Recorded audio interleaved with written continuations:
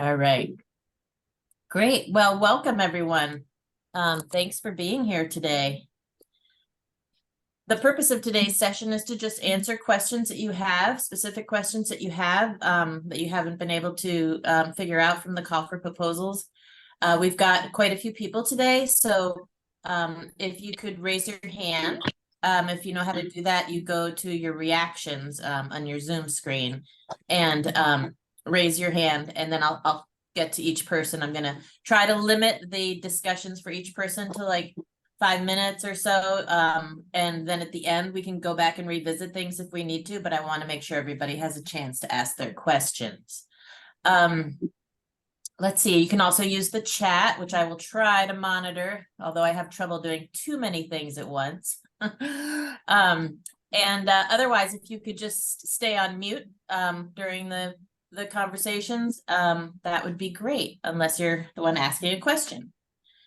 Some of you may just be here to be listening in, which is fine too.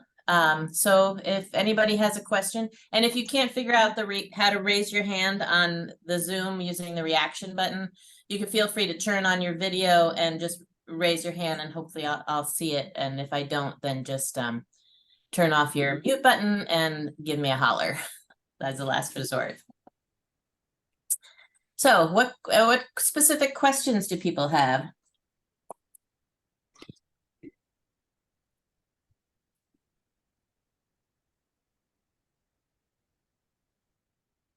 I don't see anybody raising their hand, so I can just go ahead and start talking a little bit about the Farmer Grant program.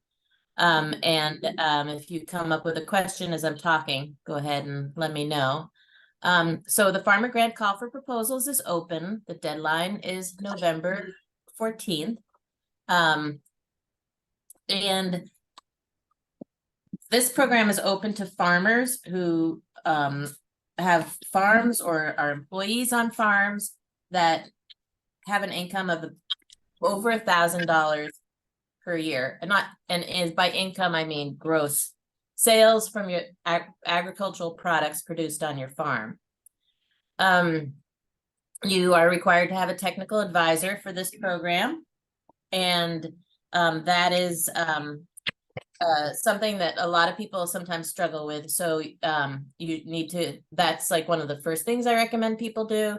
Once you have your idea, you can find a technical advisor, somebody who's familiar with your topic area or that you've worked with before, that you know that can help you. Maybe you need some help with experimental design or something. So somebody who's in a topic area that would help your project. And we do have a lot of information on the website, all the resources that describe what the technical advisor does. There's a guide to technical advisors, and when you go to approach somebody about being a technical advisor, you could offer that guide to them. I'll put a link in the chat. I see there's a question about, is this program open to urban farmers? It absolutely is. It's just, again, the criteria that you have an income in a typical year. You would have produced an income of $1,000 or more, and maybe like last year, and we specifically say the calendar year prior to the deadline, but maybe there was a drought or something, and typically you produce more than $1,000, but this year you only produced 800 because of unforeseen circumstances. So that would be okay too. How do we demonstrate our financial history? You don't need to. You just have to check a box that you are confirming that you are a farmer based on the eligibility guidelines. Great, thanks. So we don't ask for any proof of it. We just take your word for it. Okay, so the purpose of the technical advisor. Yes, so yes, it does create extra work to have a technical advisor, but the technical advisor is there to help you navigate any challenges that you may have along the way, to be able to help you design the project, write the proposal, and be there for you as you go along throughout the project. You can pay this person on the project if they're going to be doing specific work, but we just need the reviewers like to see that you have somebody with expertise involved in the project to be able to guide you, to be able to pick up on any, anything that you may be doing not as effectively as you could be. And it just to really have somebody there to lead you along the way, and not necessarily lead you, but just to have to lean on, to be able to help you. Maybe it's with outreach, or maybe it's with doing actual sampling or analysis, statistical analysis, or just, interpreting the results. But it's important to have somebody there to be able to navigate any challenges with you, because we aren't going to be like, we're not going to be we're going to be following your project based on your reports.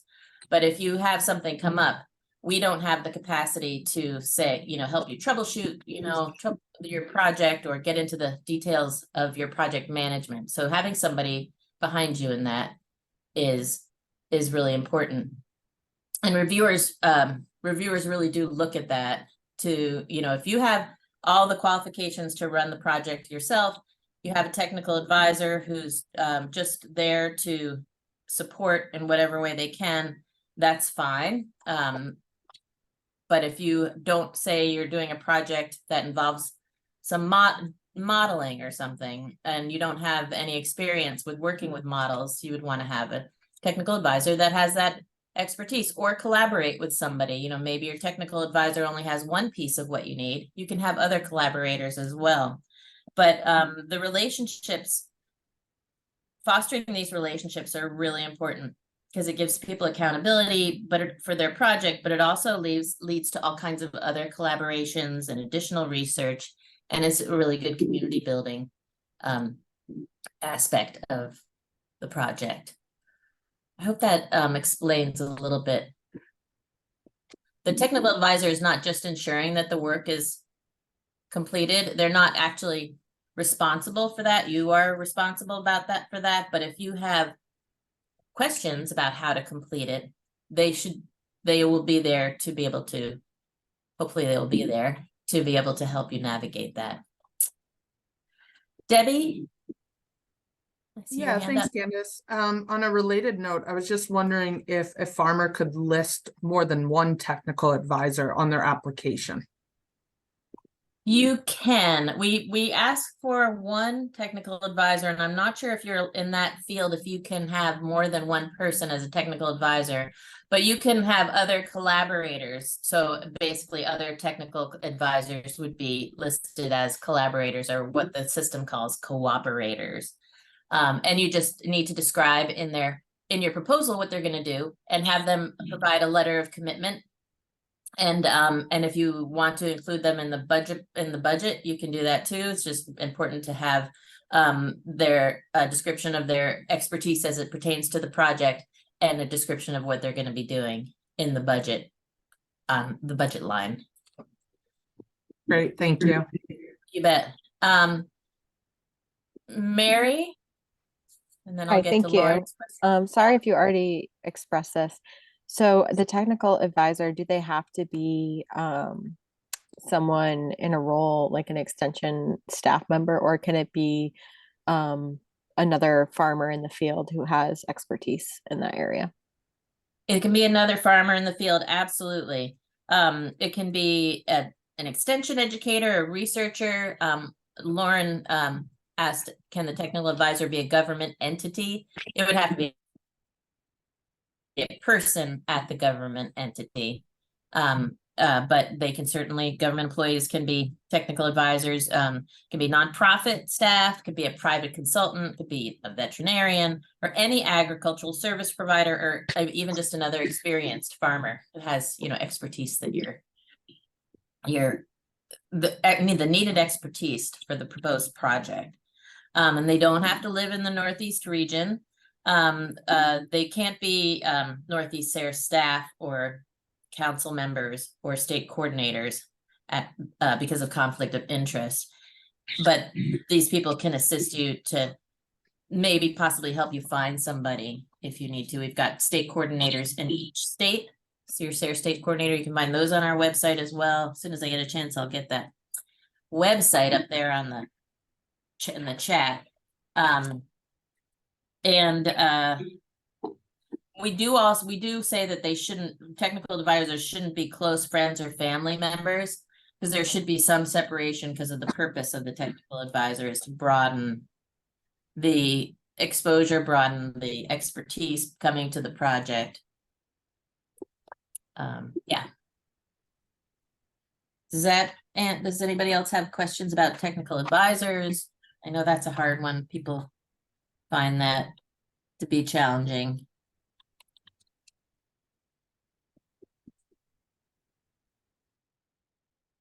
I'm putting in the website for our Northeast SARE farmer grants. I'm not very good at typing while I'm trying to do other talk at the same time. So let me just pull that up. There's no one in your contacts named Barbara. My Alexa. Let's see.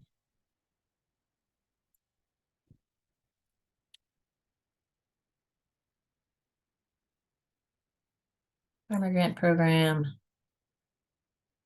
Okay, so this is the website for the farmer grant program. And we have all of our resources on this website, including a guide for technical advisor and more information. Yes, so there is more information and it's on this website. And I'm going to actually go to the exact technical advisor guide. There's a web page about it and everything, but this is our document that we have about this. About technical advisors specifically. And as I said, if you share this with the technical advisor, the person that you're proposing to be a technical advisor, it's often very helpful, because then it really gives them an idea of what it all involves, what their responsibilities will be, and will help direct the conversation, where you'll talk with them and you'll decide how can they help best, what can they commit to, will they be able to provide what you need. Nicholas? Yes, hi, thanks. I'm wondering if there's a, like a list or roster of folks that, maybe have served as technical advisors in the past or are available. Like, I'm not even sure where to begin finding a technical advisor necessarily for what I'm interested in doing. Yeah, we don't have any sort of directory or list of potential technical advisors. But what state are you in, Nicholas? I'm in Columbia County, New York. New York, yep. So we do have a SARE coordinator, state coordinator, and you could start with them. And I'm going to go directly to give you the link to that particular page. It's called, I'm going to link to SARE in your state, so that other people can find their state if needed. But you'll see the contact person. Let's see.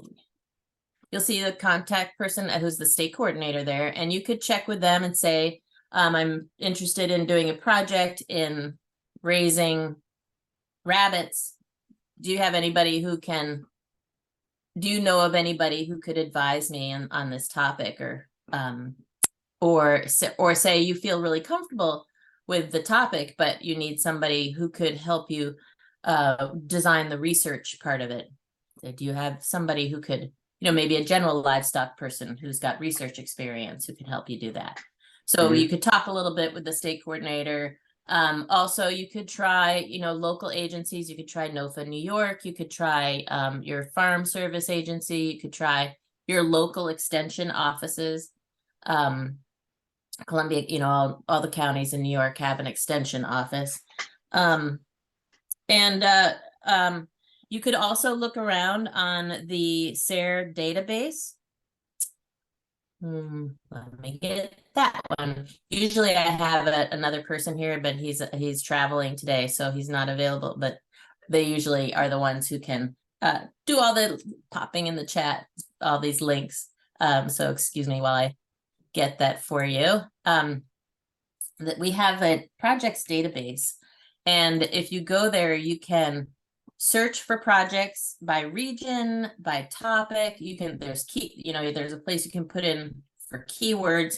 So if you put your topic in there, and there is that link, you could find a maybe similar kind of projects that in your topic area or whatever aspect of it you're looking for, and then see who the technical advisors were for those projects, and maybe see if any of them might be available or if they could direct you to somebody. You can search that by state, but your technical advisor doesn't have to be in the state, and they don't even have to be in the Northeast region. So you can, if you feel comfortable working with somebody remotely, then you could really expand your search. But if you feel, if it's going to be the type of thing where the person needs to come to your farm, you'd want to find somebody who's within travel distance. And that often is a really good way to talk about your project and get things going, is by having them come out to your farm and showing them what you have and what you want to do, and that sort of thing. I hope that Can I ask a follow-up question? Absolutely. Would previous SARE grant recipients make for good technical advisors? Yes. Yep. Okay. If they have the qualifications. Right. Yep. And by qualifications, I don't mean like, academic qualifications or sort of, specific things, but just the knowledge and experience that will help you your project. Project specific experience. Yeah. Specific experience. Got it. And again, any aspect of your project, maybe it's somebody who, maybe your project involves education, and so you want somebody who, your topic is maybe in crop production, but you're trying to do an education project about it. You'll want a technical advisor who's got who's really good with outreach, can do a lot of outreach, has a lot of contacts, knows how to create curriculums or whatever it is. So if whatever aspect of your project that you feel like would help you the most.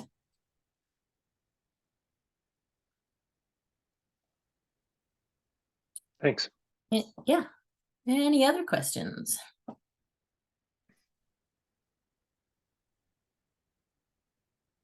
The technical advisor piece has always been a challenge for a lot of people, and especially these days when people are so busy, understaffed, and to approach them and ask them to do something like this, it's, they might really want to, but, maybe they don't have the time, or, it's hard as the applicant to like go around and try to, talk to people and just to line up that piece of the project.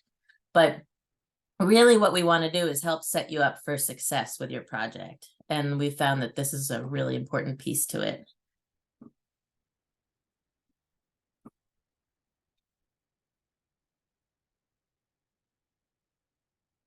Any other types of questions for the farmer grant? People started proposals. Nicholas, go ahead. Yeah, sorry to just keep asking questions here, but I'm pretty curious. Have not started a proposal yet. I'm wondering what the types, and you've probably answered this in previous videos, but what are the types of funding available, or what are the limitations on funding available? Like, is equipment something that could be funded? Yeah, so cost of livestock, USDA, etc. I'm sorry, what was that last thing you said? Oh, I was just going to mention like the cost of livestock to, execute a grazing experiment. Mm-hmm. So we are a USDA program, so all our funds come from the federal government. So there are things that we can and can't fund. The way to look at it is anything that is specific to your project that you wouldn't ordinarily have in your operation, or that you wouldn't, it can't be something that's to expand your your operation. It has to be 100% specific to your project, and also something that if the project doesn't work out, it's really not worthwhile. But you can ask for some prorated things for equipment. So to specifically talk about livestock, if you're going to be looking at the digestive tract of chickens to figure out if a certain feed is doing what it needs to do, or work on a disease or something, you will be slaughtering the chickens. So we would cover the cost of the chickens because they would just be used for the project, because you'd be slaughtering them. So, it's not like you'd be getting eggs from them for the, next however many years. So that type of thing would be covered. But if you wanted to buy chickens so that you could increase, so you could begin a new enterprise with chickens, and the project, even if it didn't work out, you'd still have the chickens to be able to get eggs from, we would not pay for those. There are some instances where we would pay a prorated rate. So if those chickens were only going to be used for the project, we could pay part of it. And chickens, that's a hard one. But like if for equipment, if it's a tractor implement that you're only going to be using for the project, we would pay for it on a prorated basis.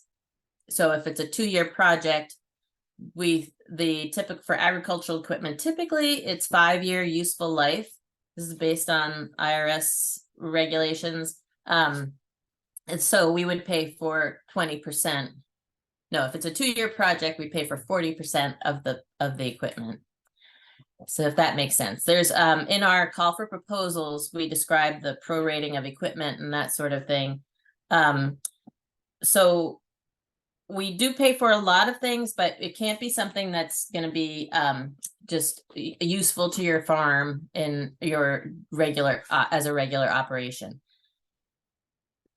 One thing I do want to mention as far as budget, like paying for stuff, we do pay for labor. So we encourage farmers to make sure to put their labor into the budget at a reasonable rate, because farmers tend to underestimate their time and value. So we really want to make sure people are getting paid for it. Or if you need to hire workers to be able to, gather the extra data or work with the extra stuff that you're doing for your project, absolutely, we can pay them. So I just wanted to mention that also. Lauren asks, do you have to be registered as a farmer to apply? Do we need to have the tax-free documentation from the IRS? We don't require you to have any information. We don't, with the proposal, we don't require any documentation regarding your status as a farmer. Registered as a farmer, I'm not sure. If you have a farm business, I guess if your business is registered, that we do provide funds to an individual as a farmer. So when the time comes, if your project is awarded, we'll just ask for a W-9 form, which shows, which would give either your business information or your individual information for us to be able to make payments to. But we don't require any sort of documentation for you to be considered a farmer and to be eligible for the grants. Nicholas, I don't know if I answered your question before. Do you have any further clarification needed on that? I think that's a pretty good start. Thank you so much. You bet.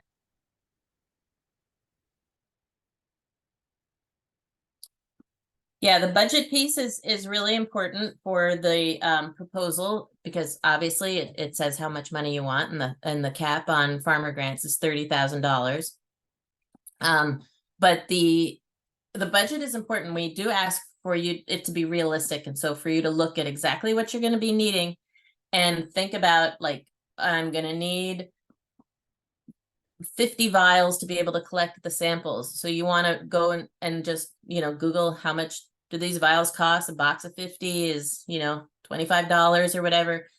We want you to look at quantities, price, and then calculate what you're going to need, down to things like the lab supplies, or, the collecting supplies, or, seed, or fertilizer or travel time to get to the plots, or back to the equipment thing. If you can rent equipment, that's definitely covered.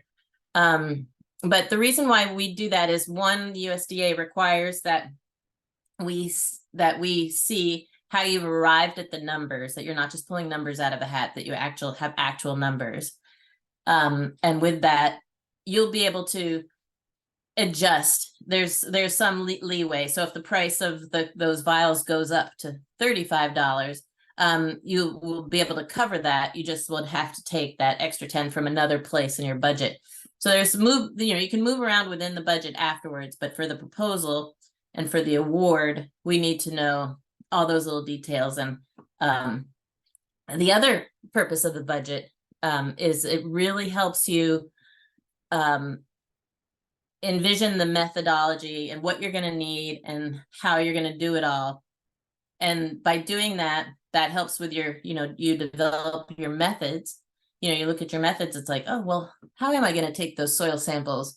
And then so when you figure all that out, you get it all laid out. When it comes time, if your project is awarded and you do the project, you're going to again be set up for success, because you'll know exactly what you're going to need to do. You're going to be able to afford to get everything that you need to be able to do the project, because you've anticipated it. Ted asks, what would be a reasonable wage rate? $20 per hour would be your suggestion, and that's absolutely fine. We don't provide wage recommendations because it just varies so much. I would, and you also said, is there a place to get rates acre per acre of tractors and different tillage and planting equipment? I don't know for sure, but I think that's the type of thing, your technical advisor might be able to help you find. The state departments of agriculture typically have a lot of that kind of information. And you could ask around to other farmers, but I would suggest trying different agencies in your area, including the local extension office, maybe the Farm Service Agency, and again, organizations like NOFA, Northeast Organic Farming Association. They often can direct you if they don't have that information themselves. A lot of people are keeping that information. So I would look around from those organizations for labor and equipment and land. Let's see, Lauren, can you talk more about how the money is dispersed? Are we required to be reimbursed? If reimbursement is the process, can you give examples of how poor farmers can accommodate those costs? Yes, this is a unfortunate thing for a lot of people. It can be a barrier for a lot of people to apply, and we are looking at options to be able to improve our programs in the future, but unfortunately we can't do it yet. With something we have to work through with USDA, the University of Vermont, but at this point it is a reimbursement process, and you need to make the expense. So purchase the supplies, or however you can. Most people use a credit card and or some sort of credit system, and then send in your invoice right away. And it's a net 30 days to get paid for these things once your award is in place. So yeah, it's hard for some people to do, and that's why if you're a farm employee, we ask that you submit a grant commitment form where the farm owner, or if it's a nonprofit organization or whatever, signs off on it, because the money would run through the organization. They would be the ones paying the bills, but then also requesting the reimbursements as the owner of the organization. I'm assuming that these grants are project specific and not for operations or capital expenditures. Jonah. Yes, exactly. So these are project specifics. We are looking for projects in research and or education. And yes, if you see that, if you have a chance to look at the call for proposals, you see it's very specific about what's the problem you want to address, how you're going to address it, what kind of approach you're going to take to coming up with some sort of solution to the problem or addressing the issue, and then how you're going to do it and follow through with it, and then also how you're going to share your results with other farmers. So one of the big things about these projects is that they should be have impact. They should have potential impact on farmers in the Northeast. It shouldn't be just specifically for your own, that it will benefit your own farm, the project. It has to benefit the reviewers. Will be looking to see that the project results will have potential to benefit other farmers as well in the Northeast specifically. Lauren asks, is this grant catered to corporate farmers? I own my own farms and business. Yeah, no, it's not catered to corporate farmers at all. Any farms can apply, any, small, large, individual, conventional, organic, urban, rural. It's definitely not catered to corporate farmers. We've got a lot of individuals, farmers that are awarded projects. Nicholas, is your hand up for another question? Oh, I'm sorry. I meant to lower my hand there. Yep. That's okay. I just Thanks. wanted to be sure I wasn't overlooking you. Yeah. Lauren. Hi. Thank you so much for answering and providing feedback to my questions in the chat. I just wanted to follow up again about the payment part in the reimbursement. You said that this is ran through the Department of Agriculture and the University of Vermont? Right. So not run through the Department of Agriculture. So Northeast SARE is part of a larger program called SARE, Sustainable Agriculture Research and Education. And it's a national program funded by the USDA, NIFA, which is the National Institute of Food and Agriculture. So we are our region's program is hosted at the University of Vermont. So we receive an award from the USDA NIFA, the Prime Award, which then we disperse into these grants. And so UVM receives the award from NIFA, which is also on a reimbursement basis. And then UVM administers the awards to farmers, researchers, and educators in these programs of SARE, Northeast SARE. Excellent. Thank you for clarifying. Say if someone were to receive the grant, are you guys open to feedback with that individual of your reimbursement process? Yes, absolutely. And any part of the process. And we, like I said, we are actually actively working on trying to improve our programs to make them more accessible. And the reimbursement process is a big part of that. Okay, cool. Thank you so much. Yeah. And if it's possible to put some information in the chat or via email of how you accept feedback, I would definitely love to share. Okay, well, I could just tell you if you submit a proposal, we have we'll be sending you a survey link to be able to provide feedback if you would like to do it anonymously.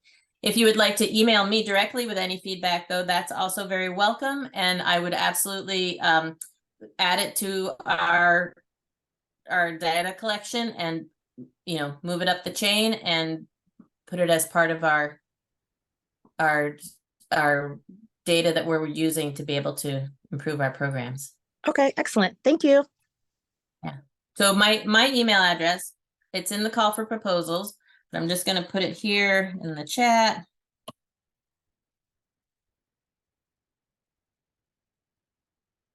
Yep, that's right. So anybody feel free to email me at any time if you have more questions or if you just need anything more explained or any feedback on the program. We absolutely are working very hard right now specifically to be able to make our programs more inclusive. So that'd be great.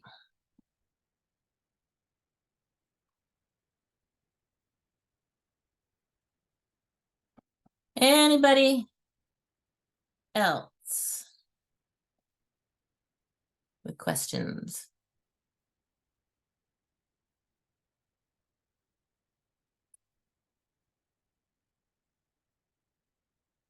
For topics, the topics can be any kind of, we really fund any kind of topic as long as it works towards our mission and our outcome statement, which is basically and the aspects of sustainable agriculture. Again, all this is listed in our call for proposals.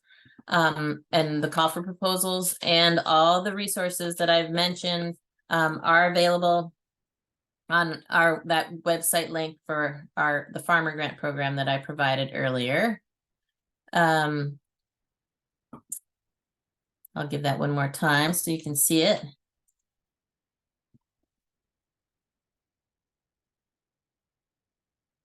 We have videos of how to do certain things, like including how to even identify a project on your farm. How might that look? And there are activities that you could do to help you think about, what are the things that you're struggling with on your farm, or that you find that are the needs that you see on your farm that other farmers have, that you would really like to try, but you just don't have the money or the time to do it by writing by getting a grant. This is something you could do because you could pay for your time, you could hire help to be able to get the work done. And so there's, how to identify a potential project, and then also how to use the online grant management system. Some people have a little hard time with that. So proposals are submitted online. And if you have any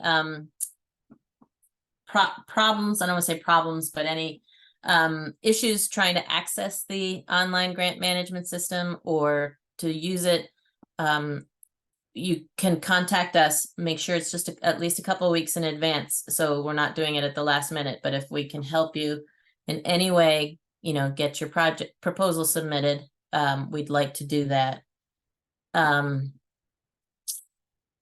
Let's see.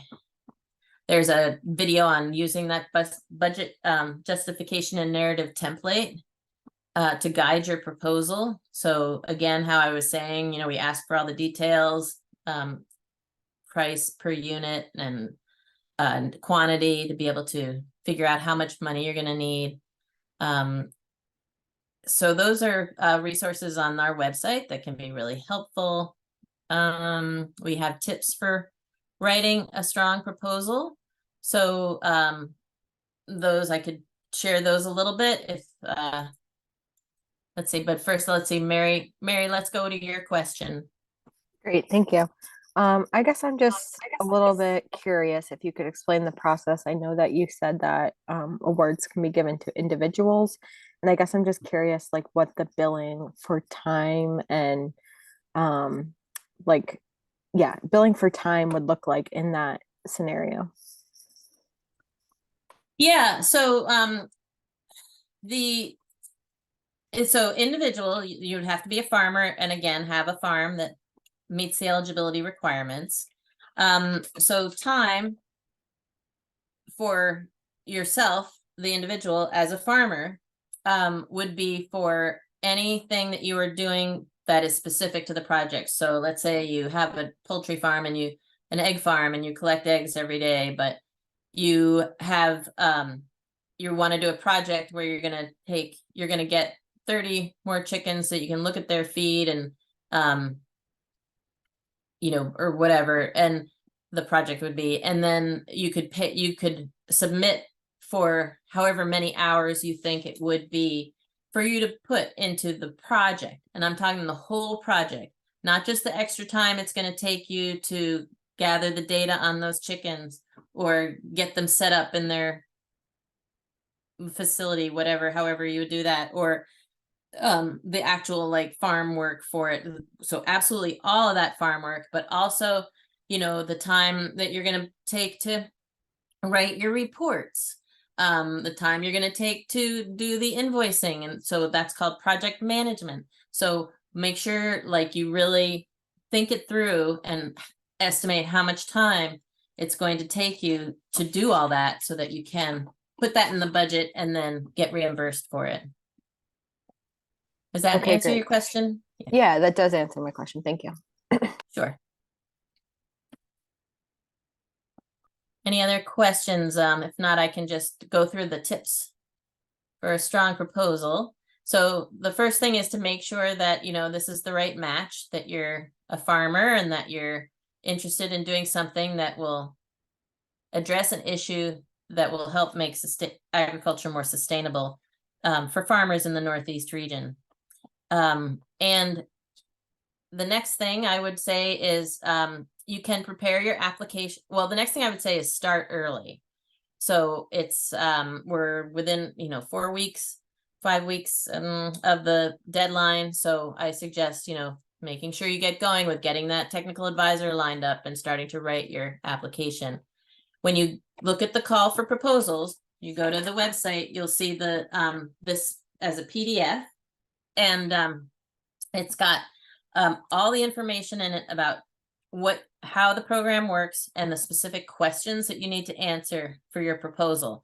So everything like from what your experience, skills, and capacity are, to who's going to be involved, what your objectives are, your methods, your budget, how you're, and more. So I don't want to go through the whole thing, but we write it out step by step. We provide instructions on how to answer, on what we're looking for in the questions, and we also provide the review criteria. So you know what reviewers are looking at, because it is a competitive program. So you want to make sure that you write a proposal that will stand out and that reviewers will view favorably, hopefully more favorably than others. So once you've read the call for proposals and you feel like you are ready to put it all together, start putting the pieces together, I guess, you can prepare your application offline. So we have in here, there's a link to a Word document that has all the pieces in here that you're going to need to enter into the online form when you submit your proposal. But this allows you, the Word document allows you to work on it offline, and it just makes sure, there's word limits for each section, but you can make sure it's accurate, that you've, developed your content, and just be able to do it at your own time without having to worry about the internet and that sort of stuff. And again, think about the reviewers. Keep your writing clear and straightforward. Avoid acronyms and jargon, unless you explain it, because the reviewers have broad agricultural expertise, but they may not have a deep or detailed understanding of your particular subject area. So try to explain things, write as if you're writing for somebody who knows about agriculture, but they may need details about about how the industry that you're addressing is a part of the Northeast region. How big it is, what the issues are, and how farmers are expressing a need for the type of thing you're trying to address. Your budget, develop a realistic budget, and that is really going to help you out on the other end if you're awarded, to be able to be successful in your project. And there are attachments. So if you, for instance, your technical advisor will need to provide a letter of commitment. Any collaborators will need to provide a letter of commitment. Like if you have any consultants that will be helping you on your project, make sure to get a letter of commitment from them, and you'll need to attach those to your online submission. And the deadline is on November 14th at 5 p.m. We'll be available till 5 p.m. to help people, but not necessarily, I wouldn't wait till the last minute, because there's only so much we can do. So if there are a lot of people who need things at the last minute, somebody's going to get left behind. So it's very, very important that you start with plenty of time, start your submission online with plenty of time, and that would make it easier for you, less stressful, as well as, then we'll be able to give you the help you need if you need any.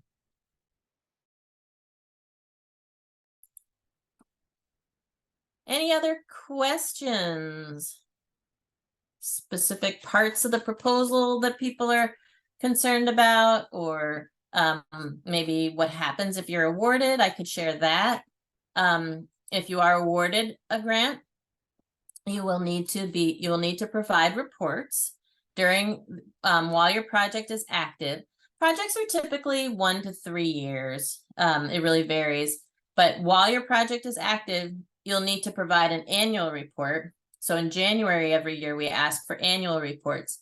The purpose of those is just for us to see that you're moving along with your project. It's not any, you don't have to be right on your timeline, that sort of thing. But if there's anything, any red flags, like anything that's really going awry, then, we want to know about it so we can work with you to get things back on track if needed. And then there's a final report due a month after your agreement is ending, your project is ending. You will also need to submit your invoices. So that's a piece of the after, the award part of the managing your project. And you have to do your project. You've got to do the work of the project. So, and there will be, for individuals, there's a service agreement with the University of Vermont. It's a little simpler than for organizations who will have an actual subaward contract with the University of Vermont. But basically, what will happen if you're awarded, I will work with you to make sure that your proposal is ready for contracting, which means maybe we'll need to tweak some things in the budget. Sometimes there's some clarification asked for by the reviewers before that's contingent for the award, and we'll just get that kind of thing straightened around. But I'll work with you to get your award ready for contracting. And then once it's contracted, you can start submitting invoices and get going on your project. Mario asks, how many farmer projects are funded every year, plus or minus? I think last year we funded 38. Typically we fund about 30, but so it varies a little bit. It depends on, some people do ask for the full 30,000. Some people only want to ask for 8,000, and both of those are absolutely fine. There's no competitive edge either way. So as long as you're asking for what's appropriate for your project. If people see that you're asking for $8,000, but that your project is going to cost a lot more than that, the reviewers will think, may not see that as favorably, because they want to make sure you're going to be able to do the project. So yeah, typically about 30 projects are funded, and that's about 40% of the proposals we get typically. Some years, a lot more than others. It just depends. But in the recent years, it has been a little higher. So the percentage of funded projects is usually, I'd say 40 to 45%. Any other questions?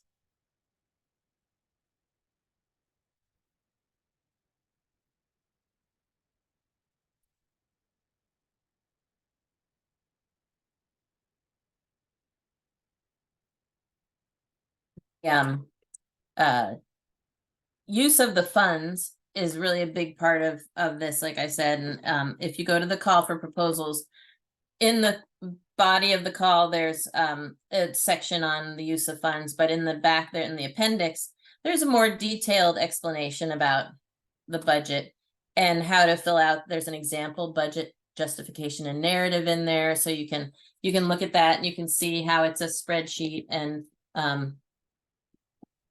well, I'd like to show this to you, but there we go.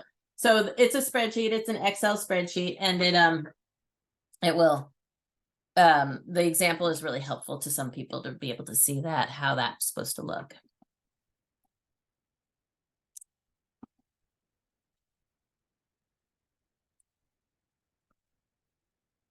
Other than that, if people don't have any more specific questions, we can wrap it up for today. Yes, I have one additional question. Yeah, sure. Go ahead. I had asked earlier about what's fundable, and you had mentioned specific to the project. So what if there's perennial crops involved that are specific to the project, but you know, are not necessarily like killed at the end of the project. Mm-hmm. Mm-hmm. Does that make sense? Yes, yep. So if it depends on how they're going to be used, and sometimes this is a bit of a gray area. But if you are going to be, let's see, I can tell you right from the guide itself,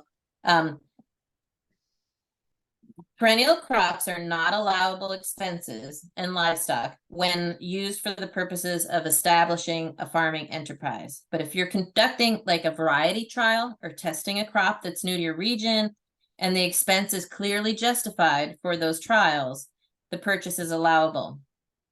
So if you wouldn't be using them for anything else, then it would be an allowable expense. Okay.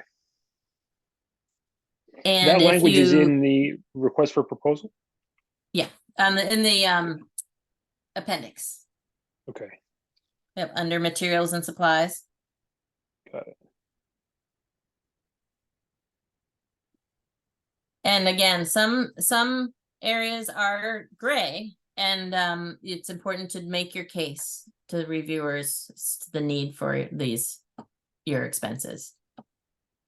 So that's why in the budget justification and narrative spreadsheet, there's a line for, you know, you say what the item is and then a description, and in the description you provide the purpose. So strawberry plants needed to conduct variety trials to test X, Y, and Z. Farm currently does not have these strawberries available or something like that. Just a justification. Yep. And that makes it a variety trial and not, you know, starting a strawberry farm. Right. Right. Okay. Right. Right. So you would be testing something about those strawberries specifically, their cold hardiness, or how one variety compares to another in regards to production and you know, the amount it produces and the amount of strawberries they produce or whatever.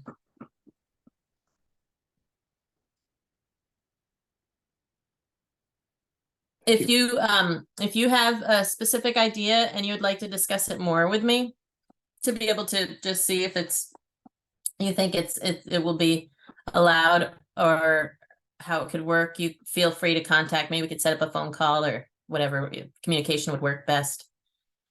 Mario asks, so what about soil preparation, including the use of cover crops to improve soil organic matter and carbon and nitrogen to establish an apple orchard? Then monitor the parameters throughout the year. Yes, if you are going to test, for instance, the use of cover crops in your apple orchard, we could fund the cost of the seed, the cost of the, you know, labor to plant those cover crops, the cost of the, you know, if you need a special tractor implement, again, it would be best to rent it if you can. We would cover a rental cost, or if it's something that it could only be purchased, you could ask for a prorated amount if it's something that like you could sell afterwards or use for other things afterwards. It's not used for other things on the farm, just for the project. We could pay for that on a prorated amount, and that's also explained in the call for proposals in that appendix section. But yes, absolutely, the soil preparation. So part of that, just with the apple orchard, is you really need to make a connection about what can be measured now, what can be measured in the time frame of the project, and how that can be helpful to other farmers. Because things like establishing an apple orchard, sometimes these are long-term projects, and unfortunately our projects can't go longer than 3 years. So there's something else to keep in mind. Well, thank you, everyone. And again, feel free to contact me if you have any further questions. I'm here to help, and I really appreciate that you joined us today. You all have a great day. Thank you very much. Thanks so much, Candice. Take care. You too. Bye-bye.